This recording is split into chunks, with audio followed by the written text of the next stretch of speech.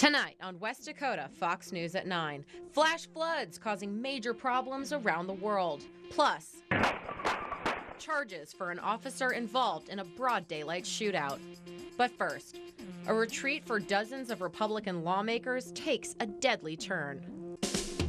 This is West Dakota Fox News at 9 with Molly Martinez and meteorologist Henry Blakes. Your first news of the night starts right now on West Dakota Fox News at 9. Good evening, I'm Molly Martinez. This morning, a train carrying Republican lawmakers slams into a truck, killing one. Witnesses describe the chaos of the accident as the NTSB tries to piece together what went wrong. Lauren Blanchard has the story.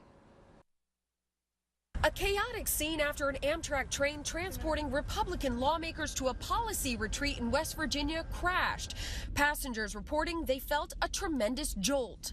The shock of the collision was such that you weren't braced for it, and it was fairly severe, and that threw a lot of people's heads into the seats. The people that were in the aisle fell down. The chartered train was carrying dozens of Republican Congress members, their staff, and families when it slammed into a dump truck in Crozet, Virginia. According to passengers, the train was going about 70 miles per hour when the collision occurred.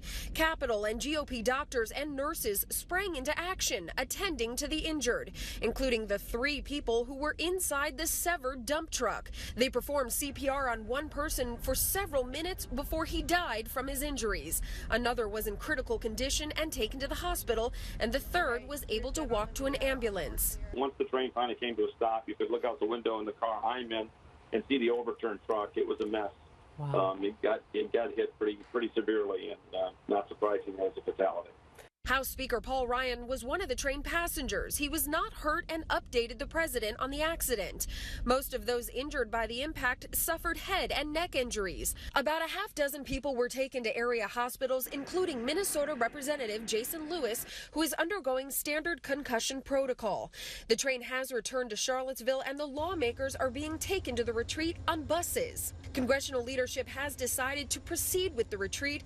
It will go on with an adjusted program, including a moment of prayer for those involved in the crash. In Crozet, Virginia, Lauren Blanchard, Fox News. Among those on board, North Dakota Congressman Kevin Kramer. He was able to walk away from the accident unharmed. We spoke to him shortly afterwards. Initially, it just felt like a hard brake that then was let up right away, and it didn't knock me off my seat or anything, just a jolt. But within seconds, you could see the truck on the side and demolishing it. There was a human laying next to the wreckage. Meantime, in a bizarre coincidence, at almost the exact minute of the crash, Senator Heidi Heitkamp announced she's introducing legislation for train safety. It is critically important that we have 2-man crews for public safety. This is part of our Strong and Safe Community Initiative. It is critical that we make sure those trains are safe. Heitkamp says rail safety is especially pertinent here in North Dakota with the amount of crude oil traveling down state tracks. Time now is 9:03. Let's take our first check on weather. Henry, we missed you this week. Possibly some teens below zero as well for tomorrow, but a little bit of roller coaster pattern is underway in time for the weekend. That's coming up later. Thank you, Henry. New details tonight surrounding reports of an assault on a priest in Anamoose. The Fargo Diocese confirmed the attack. They say Father Robert Wapensky was assaulted at St. Francis Xavier Church. The incident prompted a lockdown nearby. Today, the McHenry County Sheriff said that the county state's attorney and the BCI are both investigating. A Bellecourt man is under arrest in Minot on accusations of child rape. 54-year-old Todd Trottier is charged with 4 counts of gross sexual imposition. He's accused of assaulting an 8-year-old girl on multiple occasions back in 2009. Following an Internet Crimes Against Children investigation, police have charged 27-year-old Derek Childs of Utah with luring minors. Investigators say he sent sexual photos to an undercover police officer posing as a 16-year-old girl on a dating website. He'll stand trial in Minot on May 9th. In political news, former North Dakota GOP Chairman Gary Emeneth is making a run for the U.S. Senate. Megan Hoffman talked to him tonight and is here to tell us why he decided to run. Megan? Martinez says when Representative Kevin Kramer decided not to run for the Senate seat, he decided it was time to throw his hat into the ring. Martinez will go up against Tom Campbell in the June primary. The winner will take on Democratic incumbent Heidi Heitkamp in November. Martinez says he believes that Heitkamp isn't representing North Dakota interests and believes she's wrong on issues like the tax bill, immigration, and her pro-life stance. I just felt there needed to be another alternative candidate on the Republican side. I'm a conservative small business guy, grew up in Washburn, North Dakota, and this is home. And it just seemed like it was the right time. Martinez says he'll be heading to the Republican convention in April, looking for the party's endorsement before the primary. Thanks, Megan.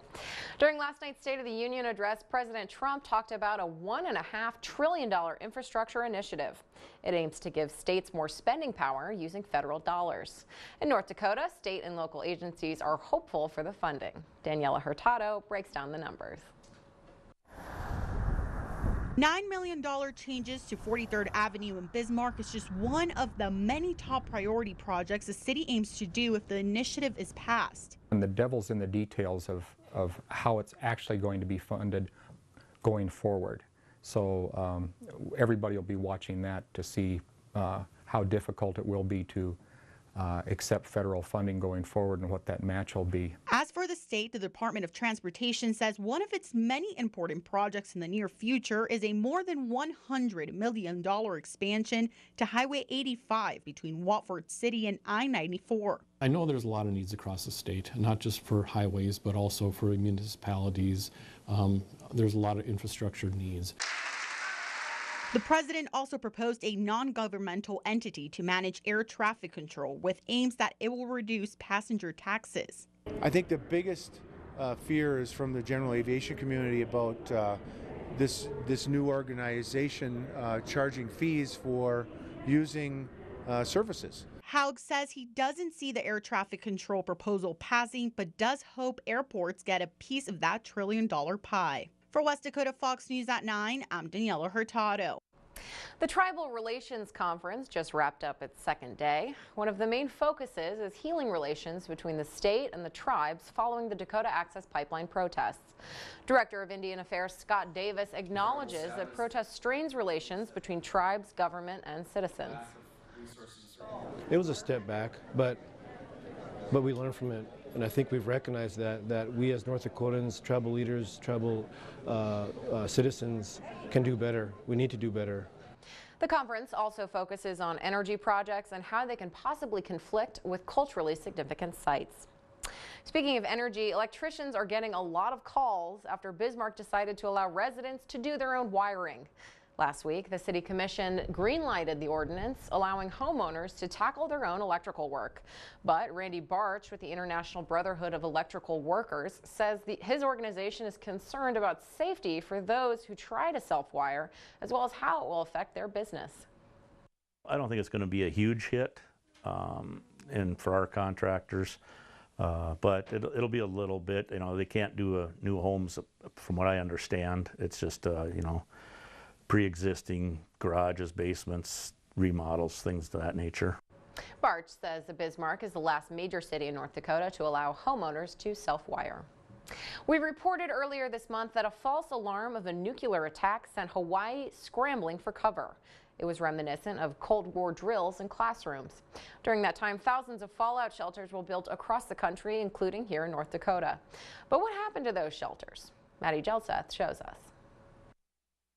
Control panels such as this one were used to operate, launch, and monitor missiles. Americans built thousands of fallout shelters to protect themselves from nuclear attacks, and there's still some left in Bismarck. Dennis Murphy's dad built one in the basement of his house. We had 4 beds in there. 2 of them were on the wall and 2 of them were on a stand that had bunk beds type deal. And it was, like my sister said, it was nice and quiet and it was easy to sleep down there. The Murphys weren't the only ones that had a shelter in their home. Beth Campbell owns a house that had a shelter in it as well. The first time we went through the home, we didn't even notice that there was a fallout shelter in the basement. Basically, it was just a concrete wall. The Campbells decided to take out the shelter because they didn't see a need for it. My husband wanted the space in the basement and he just started pounding away and getting rid of it. The State Historical Society said the shelters were mainly built to let people feel like they're doing something to keep their families safe. Realistically, the facilities were more of an emotional assurance. They had water and food but only for a certain number of days. Fallout shelters varied in size depending on what people wanted to store in them and how long they thought they may have to live in them. That box up there is a 2-week supply. That came from our house, and that can came from our house. The Murphys had a shower, sink, toilet, and a stove in theirs. Reporting at the Heritage Center for West Dakota Fox News at 9, I'm Maddie Jelseth. Still ahead, torrential downpours make for an unlikely parting of the sea. We'll show you the wet and wild video. And wind chill advisory remains in effect for the capital city. More details on your forecast coming up next. Shot fired! Shot fired! A former Little Rock police officer who fired shots at a suspect outside of a Chick-fil-A will be charged with third-degree battery. Former officer Ralph Burshers was found guilty of negligence in his own action in the incident. The whole thing was caught on video. The officer tried to stop a suspect on the run before opening fire. The incident happened last July. The department's use of force policy forbids shooting at a moving vehicle unless it's necessary to save someone's life. A Louisiana man wrongfully convicted of rape is free tonight after spending 38 years in prison. Malcolm Alexander was only tied to the crime by an identification of the victim. He maintained his innocence for nearly 4 decades before being exonerated by DNA evidence. Following some breaking news tonight, we've just learned the head of the Center for Disease Control and Prevention is stepping down. A spokesperson says Dr. Brenda Fitzgerald's resignation is due to her, quote, complex financial interests. A report in Politico revealed Fitzgerald had invested in tobacco companies a month after starting the job. In business news, Fujifilm is buying Xerox. The company announced today that it would combine its operations with its joint venture in Japan. Their aim is to cut $1.7 billion in operations costs in the upcoming years. Well, if you're a fan of Fox, thank you for watching. And if you're a fan of football, you're in luck. Coming this fall, right here on Fox, we'll be broadcasting Thursday Night Football. The contracts last for the next 5 seasons. Well, here's something you don't see every day. This is a supermoon. I don't know if you guys saw it last night. It was over our skies. This is the blue blood, Henry, help me out here. The blue blood, the super blue blood moon. We clearly saw it because we didn't get enough sleep last night. Yeah, this is over. This is a once in a 150-year occurrence, and it was over our skies last night. Henry, did you see it? No, I was kind of asleep, but hey, I did see the pictures that our viewers did submit, and that was a great sight to see because, yeah, we don't get to see that every day. Welcome back. A competition for Christ kicked off today in Dickinson. It was part pep rally, part quiz bowl, and a crash course in Catholicism. Andrew Horn was there. Well, a giraffe, April the giraffe, who of internet fame, picked her win for the Super Bowl, and it is the New England Patriots. So she placed her bets, and we have some new words to, here, we got a new video. This is in Australia. Some flash floods are turning a road into a river. Some incredible video there. And we've got some new words to choose from this year. The Oxford English Dictionary has added more than 1,000 words to its latest update. These words include snowflake, which is an insult for somebody who is overly sensitive, me time, which is someone who devotes time doing what makes them relax, and hangry, the portmanteau of hungry and angry. All right, Henry, let's see if there are any other snowflakes coming our way. Yes, there will be, not necessarily for tomorrow, but eventually it will get here. But for the time being, Arctic air is underway. We'll be starting out our Thursday morning sub-zero, at least in the single digits anyway, for the most part. A little breezy at times, but not like the wind we've had over the past couple of days. So 5 to 10 mile per hour wind, but with the Arctic air, the wind chill will make it feel so much colder. And then the good news is that we're going to have sunshine, but the bad news is not going to really help aid us. Mostly dry on Friday, but late Friday night into early Saturday, chances of snow and another round of Arctic air lingering potentially into the end of next week. It's a good thing that Super Bowl stadium is covered. Yeah, they are quite fortunate. That would be miserable. We'll see you tomorrow.